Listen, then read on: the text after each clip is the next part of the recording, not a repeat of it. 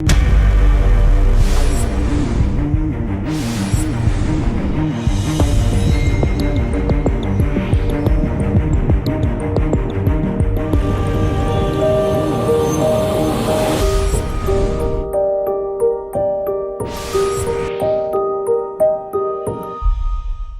मान साहब, 5,829 अरब का टैक्स हदफ था जब पाकिस्तान तहरीक इंसाफ की हुकूमत थी।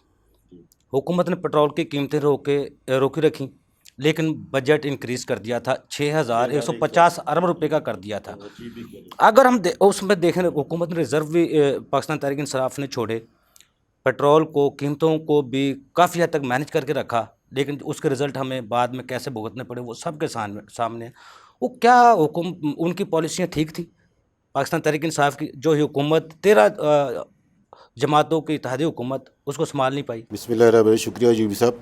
जैसे उमर साहब बता रहे थे, IMF का जो है ना, ये हमारा यहाँ पे ये गलत बयानी की जाती है जी पेट्रोल जो है ना हम IMF के कहने पे बढ़ा रहे हैं, ऐसी कोई कंडीशन नहीं है। इन्होंने सही कहा है।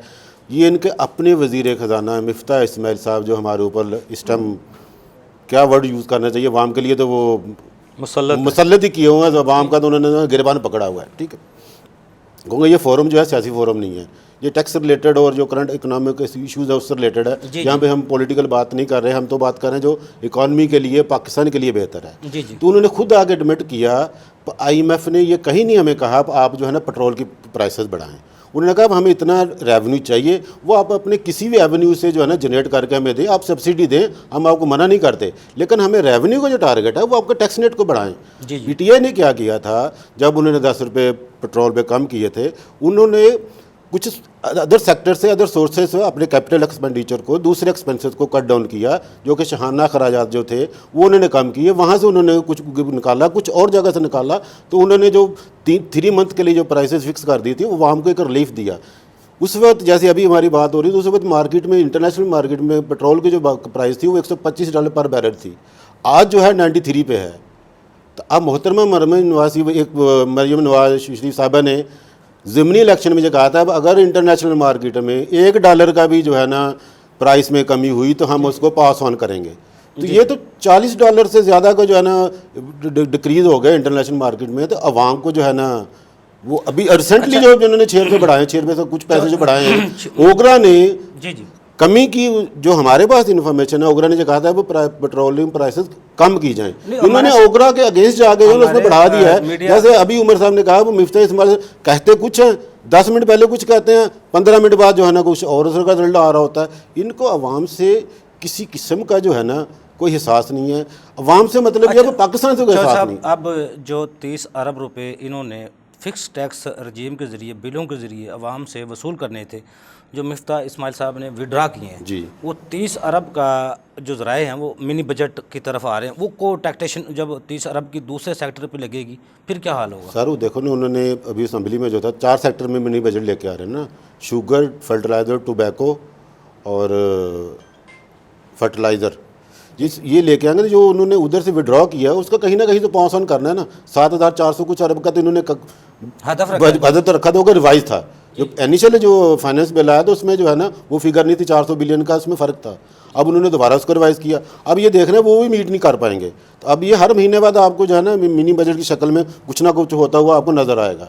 यहाँ पे बस सर क्या पॉलिसीज़ की कंसिस्टेंसी नहीं है सर। तो जो अभी आप जो कह रहे हैं ना, आप कह रहे थे महंगाई की शरह, पाकिस्तान स्टैटिस्टिक्स ब्यूरो जो है वो तो गवर्नमेंट का डिपार्टमेंट है, ठीक है। अभी यही गवर्नमेंट बैठी हुई है, 38 पॉइंट कुछ का तो उन्होंने पिछले वीक की जो है ना महंगाई बताई है। और आगे जो फोरकास्ट कर रहे हैं वो अगर चलेगी तो हमारे तो यहाँ पे सर ये सूरत हाल है। लोग जो है ना अपने बच्चों को स्कूलों से हटा रहे हैं, मेडिसिन का सिस्टम को कोई नहीं है, यानी कि बेसिक जो एलिमेंट है ज़िंदगी की नेसेसिटी दी है वो लोग नहीं पूरी कर पा रहे। और जो टेक्सटाइल सेक्टर है हमारा, उसको ऑलरेडी सुपर टैक्स में ले गए हैं और मिनी बजट में उसको भी शामिल कर लिया है। तो टेक्सटाइल सेक्टर तो आपका जो है ना वाइंड अप हो रहा है। तकरीबन 400 छोटे मोटे यूनिट जो है ना फैसलाबाद के सराउंडिंग में वो जो है ना उन्होंने बंद कर दिए हैं। तो अभी किस तरह ये चौ साहब, जिस तरह बिजली पहले 25 रुपये उसके बेच थी, 24 रुपये 50 पैसे बेच थी, तो एक यूनिट 40 रुपये पे जाके पड़ रहा था। अब वो यूनिट 50 रुपये पे चला गया। इतनी महंगी बिजली करके कारखाने, फैक्ट्री, इंडस्ट्री किस तरह चलाएंगे? किस तरह कम्पीट किस तरह करेंगे मार्केट को? सर कम्पीट नहीं कर पाएंगे ना। आपके एक्सपोर्ट गिरी है ना, जी जी तकरीबन 8 से 9% आपके एक्सपोर्ट गिरी है। जी जी एक्सपोर्ट गिरने की वजह क्या है? इलेक्ट्रिसिटी जो है उसकी कॉस्ट बढ़ गई है और इंटरनेशनल मार्केट में जो हमारा एक्सपोर्टर है वो कम्पिटिटिव प्राइस कोट ही नहीं कर पा रहा। जी जी अभी आप अपना बिल देखिएगा जाके, मैं आपको पर्सनल एक्सपीरियंस बता रहा हूँ।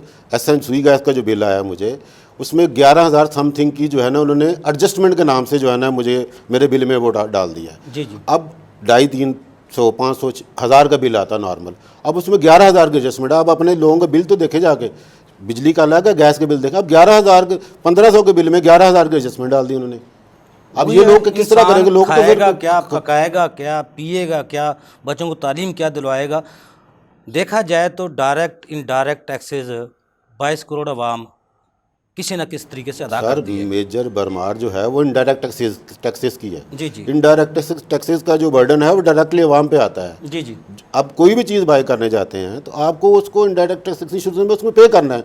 अब अगर किसी कंपनी पे आप टैक्स लगाएंगे, जैसे हमारे उस्ताद शब्बर जैदी साहब कहते होते हैं, पर ये कहते हैं जो हमने अमीरों पे टैक्स लगा दिया। जब सुपर टैक्स आया था ना तो ये कहते थे हमने अमीरों पे लगाया। जी जी कंपनी अमीर या गरीब नहीं होती, ठीक है। अब कंपनी ने जो टैक्स सुपर इन्होंने उस पर लगाया है तो उन्होंने तो पास ऑन करना है ना। जी। उन्होंने मेरी जेब में, आपकी जेब में, आपके कैमरामैन की जेब में, हमारे जितने भी हैं उनकी जेब से निकालना है। सही तो कह ये गलत लोगों को लॉलीपॉप दिया जा रहा है जी, अमीरों पे टैक्स लगा दिया, गरीबों पे नहीं लगाया। दूसरा, मैं ब्रेक ये से पता बाद नहीं आपसे मजीद ये सब ये देखें, जी, हमारे जी। उमर साहब ने भी ये कहा, ये समझ रहे हैं। अब हमारी अवाम को इन्होंने भेड़ बकरियां समझा हुआ, किसी को शौर नहीं है। लेकिन जी। जैसे आपका प्लेटफॉर्म है, इस तरह के और भी प्लेटफॉर्म होने चाहिए। लोगों को टैक्स के मुतल्लिक, इकोनॉमिक से मुतल्लिक अवेयरनेस होनी चाहिए। मान साहब, करंट अकाउंट खसारा जो कि हुकूमत कह रही है हमने संभाल लिया है, अब इकोनॉमिक पॉलिसीज़ उनकी सिमत भी दुरुस्त हो गई है, सियासी और मुआशी अदम इस्तेकाम मुल्क में आ गया, असमरात मिलने शुरू हो जाएंगे, आप क्या समझते हैं? सर ये जो उमर साहब अभी बता रहे थे ना, ये बिल्कुल सही कह रहे हैं। जो जुलाई की इंपोर्ट है ना, जी जी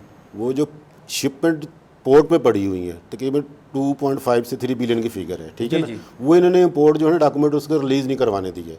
आज स्टेट बैंक ने जो है ना अलाउ किया है, पर जो 5 जुलाई तक के जो डॉक्यूमेंट हैं, जो शिपमेंट ऑन पोर्ट पड़ी हुई है, पोर्ट का ऑपरेशन जो है डिस्टर्ब हुआ है, वो डॉक्यूमेंट रिलीज़ करें, ठीक है। अब वो ज़ाहिर 2.5 बिलियन की एस्टिमेटेड फिगर है। अब वो जब उसका दोबारा प्रेशर आएगा, उसके इंपोर्ट के डॉक्यूमेंट रिलीज़ होंगे, रिटायर होंगे बैंक से, तो उसका वो इम्पैक्ट 2.5 आएगा। अरब जब जाएगा तो फिर वो जो है ना, वो इन्होंने फिर 5 बिलियन तक उसको रखा था, सिर्फ अपने फिगर को जो है ना वो बेहतर बताने के लिए। ऐसा होता नहीं है।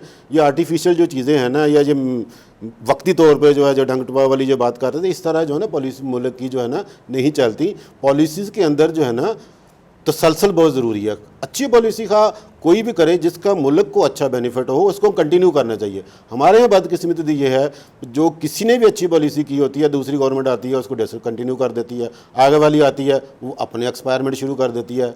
इस पाकिस्तान को तो समझ ले एक एक्सपायरमेंट, वो हर कोई आता है ना अपने तजर्बे करता रहता है, उसका अल्टीमेट इफेक्ट क्या होता है? मुल्क की जो है ना फॉरेन रिजर्व कम हो जाते हैं, आप उसका अल्टीमेट प्रेशर जो है ना अवाम पे आता है, अवाम का जो है जीना दूबर हो जाता है। तो ये जब तक पॉलिसी में तसलसल नहीं आएगा और पॉलिसी जो है ना अवाम को फलाह बहबूद को मद्देनज़र रखते हुए ना बनाई जाएंगी, तो यही सूरत हाल है। चौधरी अमान साहब, पॉलिसी होती है जो हम समझते हैं, मैं इस प्रोग्राम में तो सिलसिले में जो समझता हूँ, महंगाई और इनकम अगर दोनों बराबर बराबर चले तो महंगाई किसी को नज़र नहीं आती। जिससे तरक्यात ममालिक में अगर वहाँ उनकी पॉलिसी ऐसी हैं, अगर वो महंगाई होती है तो इनकम में भी इजाफा होता है। हमारे मुल्क में अलमिया ये है, महंगाई ज़्यादा हो जाती है, इनकम वही रहती है। और हमारा दूसरा बड़ा अलमिया ये है, एक कमाने वाला है 10 खाने वाले हैं। और कुछ हम खुद जो सर्विस या खिदमत या नौकरी खुद भी नहीं करना चाहते, जिसकी वजह से ज़्यादा महंगाई लगती है। इन पॉलिसियों को में जो तसलसल जैसा आप बता रहे आना चाहिए, वो किस तरह, जब बेरोज़गारी दूर होगी, कारोबार चलेंगे, तो फिर ही वो बराबर महंगाई और इनकम बराबर हो सकती है। किस तरह मुमकिन है? सर ये इसी तरह मुमकिन है। अब जैसे जैसे आपके कमाने के ज़राए बढ़ेंगे, ठीक है, आप महंगाई को ओवरकम कर पाएंगे, ठीक है। एक सोर्सेज पे आप रिलाई नहीं कर सकते। जो करंट सिचुएशन है, अगर आपके पास ज़रिया आमदन एक है और महंगाई का लेवल ये है, जी जी तो आप एक ज़रिया आमदन से ना अपना सर्वाइवल मुश्किल हो जाएगा। जी जी इसीलिए जो प्रीवियस गवर्नमेंट थी उसने नौजवान कर्जे नौजवान को जो है बेहतरी के लिए कर्जे दिए बिला सूद। उससे ये हुआ कि लोगों ने ना रोज़गार की तरफ आना शुरू हुए। अब घर के जो 3 लोग फारग थे उन्होंने अगर 5-5 लाख लेके भी कोई कारोबार शुरू किया तो कमाने वाले 3 हो गए। जहाँ 10 रुपये आते थे वहाँ 20 रुपये आना शुरू हो गए। तो अब ये वो भी इन्होंने बंद कर दिया सिस्टम सारा। उससे भी जो है ना बेरोज़गारी होगी। जैसे अब उम्र साहब बता रहे थे, इससे ना हमारा क्राइम लेवल जो है ना बढ़ जाएगा। अब आप जिसने अपनी फैमिली को अभी चंद दिन पहले 2 बच्चियां वालिद ने अपने ने वो उनको कत्ल करके खुदकुशी कर ली। ये महंगाई का हाल महंगाई की वजह से। जी जी। तो ये पॉलिसी जब तक आसान जो है ना फील्ड नहीं दी जाएगी, लोगों को जो है ना कारोबार की तरफ राग़िब नहीं किया जाएगा। सिर्फ आप ना जॉब पर रिलाई नहीं कर सकते, ठीक है। आपकी इकॉनमी उस वक्त बढ़ती जब आपके पास जो है ना इंडस्ट्री या रोज़गार के या बिज़नेस के जो मौके हैं ना उसको बढ़ाया जाता है, तो आपकी इकॉनमी जो है ना वो फैलती है। बहुत शुक्रिया।